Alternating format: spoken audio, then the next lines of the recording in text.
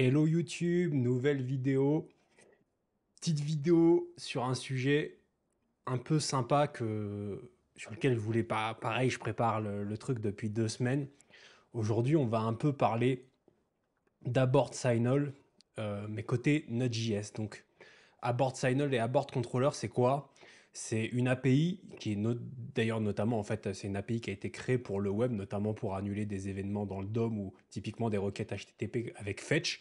Donc, notamment les exemples que je vous présentais, peut-être que si vous faites du front-end, bah, sachez que ça existe aussi en front et que pas mal d'API en front supportent ça aussi. Mais en gros, le principe, ça va être principalement d'annuler des API asynchrones. Et donc, on va rentrer un petit peu là-dedans et voir quelques exemples en Node.js. Alors typiquement, en Node.js, on peut les utiliser sur pas mal d'API. Donc typiquement, vous avez les file systems, donc vous savez faire du read, mais vous avez notamment les streams, aussi les API de WebStream qui vont avoir des signals, de support d'abord signal. Vous allez avoir tout ce qui est lié au socket, donc ça va passer de HTTP, donc des grammes avec UDP.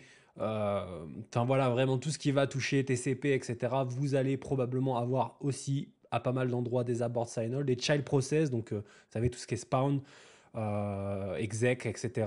Donc vous avez la possibilité de les annuler. Les events, voilà. Donc event et event target, qui est donc event target qui est l'équivalent, donc vous savez des events, mais côté front, avec enfin en tout cas de l'API du DOM. Vous avez le test runner aussi, vous avez des moyens d'annuler éventuellement des tests. Les timers, forcément, avec les versions promesses, donc time out, set intervalle, etc. Et readline. Donc globalement, c'est à peu près les API sur lesquelles en Node.js on va avoir de la board signal. Et donc on va voir un petit peu justement les utilisations. Tac, excusez-moi. Donc là, on a un premier exemple. Donc là, dans ce premier exemple, on va utiliser, donc on le voyait là, Node Event. On va créer un nouvel event emitter, donc II, et on va créer un nouveau abort controller. Donc abort controller qu'on va résumer en AC généralement. Quand vous voyez AC, c'est abort controller. Derrière, en fait, le point important, c'est qu'on va faire un timeout et on va dire on aborte, enfin, on annulera, enfin, on va surtout déclencher ce signal après 2000 millisecondes, donc 2 secondes. Et derrière, donc sur l'API, ça c'est un truc, donc si vous ne connaissez pas, donc vous avez sur Events, et vous pouvez avoir le choix aussi, parce que si vous ne mettez pas de signal, bah là typiquement, pour le code là que je viens d'écrire, bah évidemment, euh, ça va jamais aboutir. Enfin, en gros, ça va continuer indéfiniment. Donc là, on peut mettre un signal et dire, bon, bah si on n'a pas reçu notre événement après 2000 millisecondes, on annule complètement. Donc ça, c'est le même principe pour à peu près tout. On verra, j'ai d'autres exemples. Cet exemple, on peut le simplifier encore, enfin, parce que là, on a vu, on faisait un time-out à la main, etc. C'est un peu relou. Mais vous avez un truc directement, vous pouvez faire euh, abort signal, time-out, 2000 millisecondes. Donc comme ça, boum, une ligne, vachement propre. Ça, je sais plus, il faudrait que je vérifie, mais je crois que ils ont introduit ça en Node 16, je crois, ils ont peut-être backport. Mais en tout cas, vous pouvez l'utiliser, c'est vachement cool. Donc voilà, donc ça permet quand même d'écrire des codes vachement cool. Et ça, en fait, on en a besoin plus qu'on ne le pense. Et en fait, en réalité, bah, on peut se retrouver dans des situations comme ça où si vous attendez un événement que vous allez jamais recevoir, il faut que vous gérez bah, le cas du time out quand même par sécurité, quoi. Autre petit exemple, enfin, en termes d'API, on va dire, faut savoir que notamment le signal sur la board controller, c'est une event target. Donc vous allez avoir at event listener dessus avec cet événement qui s'appelle abort. Alors là, on notait que pour pas liquer trop d'événements, on aurait peut-être pu mettre unstrue. On le verra dans l'exemple après. Et on a aussi une propriété aborted, aborted qui va être vrai ou faux. Là, en l'occurrence, j'ai enclenché l'annulation. Donc en fait, on a un booléen égal vrai. Donc là, voilà, event target. Je vais même plus vite. J'avais prévu des slides. Un exemple avec Readline. Donc Readline, c'est un petit module et ça vous permet bah, notamment d'aller poser des questions, par exemple avec votre terminal. Donc c'est assez basique, c'est pas transcendant. Généralement, vous allez utiliser des libs third party évidemment. des libs tierces. Mais typiquement, c'est un exemple. Donc là, on voit bien once true. Donc voilà, on s'assure quand même d'avoir l'événement. On ne le déclenche qu'une seule fois. On fait notre readline, on pose la question. Donc ça, j'ai pris l'exemple de la documentation Node.js directement. Vous voyez, donc il vous donne aussi des exemples avec justement les signaux. Donc c'est vachement cool.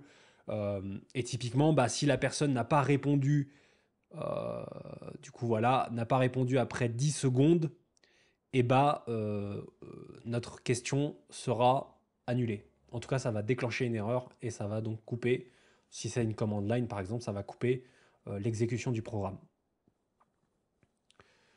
Un petit détail, si vous implémentez l'API, etc., vous avez aussi une façon directement de dire déclenche l'erreur si le signal est déjà annulé. Donc ça c'est plutôt utile si vous faites de l'API justement derrière. Ça peut être cool.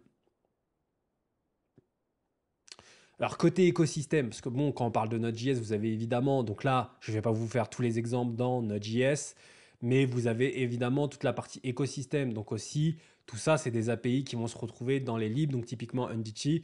Donc là, pour les requêtes HTTP, mais c'est présent dans Fetch aussi, hein.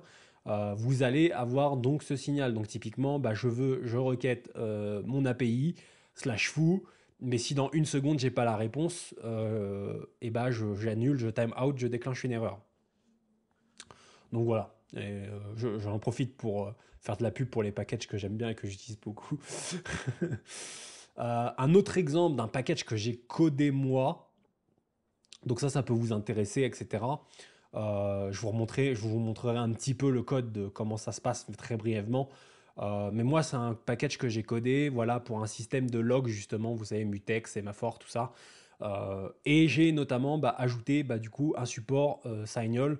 Et du coup, je peux dire, tu attends 5 secondes, sinon tu trouves une erreur. Et donc moi, ça me permet évidemment, si j'ai un cas ici d'un handle qui est jamais release, je reste quand même pas bloqué. Enfin, je vais pas me retrouver à attendre indéfiniment la résolution, enfin en tout cas de récupérer un lock qui n'arrivera jamais. Donc ça permet éventuellement de faire des sécurités. Vous voyez, en fait, c'est en termes d'API, ça reprend des éléments qu'on maîtrise déjà plutôt que réinventer la poudre en arrière-fond.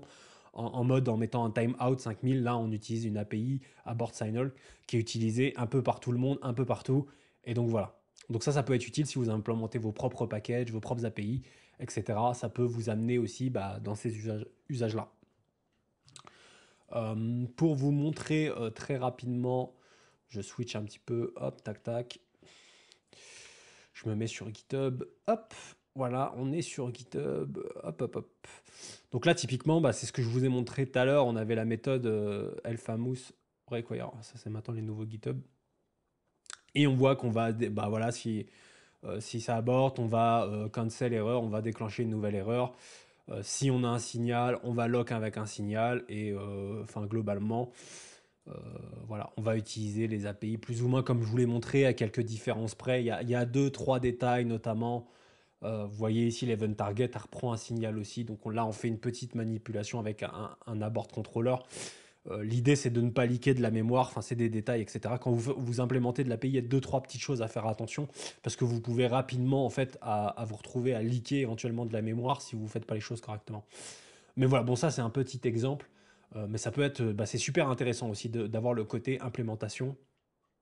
Je trouve ça vachement sympa. C'est à peu près tout, pour cette vidéo.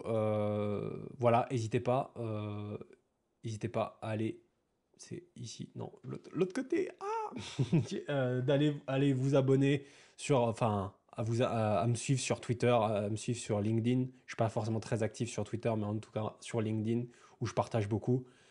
Et comme d'hab, j'espère que vous avez kiffé le sujet. Je pense que c'est aussi un truc qui est pas si connu que ça finalement, enfin annulé, etc. Je vois pas ça dans beaucoup de codes, enfin généralement dans les codes Node.js où je travaille, hormis si c'est vraiment des développeurs qui ont une certaine maîtrise, souvent on retrouve pas ces éléments-là, donc je trouvais ça sympa de faire une vidéo là-dessus. Voilà, tchuss, à la prochaine.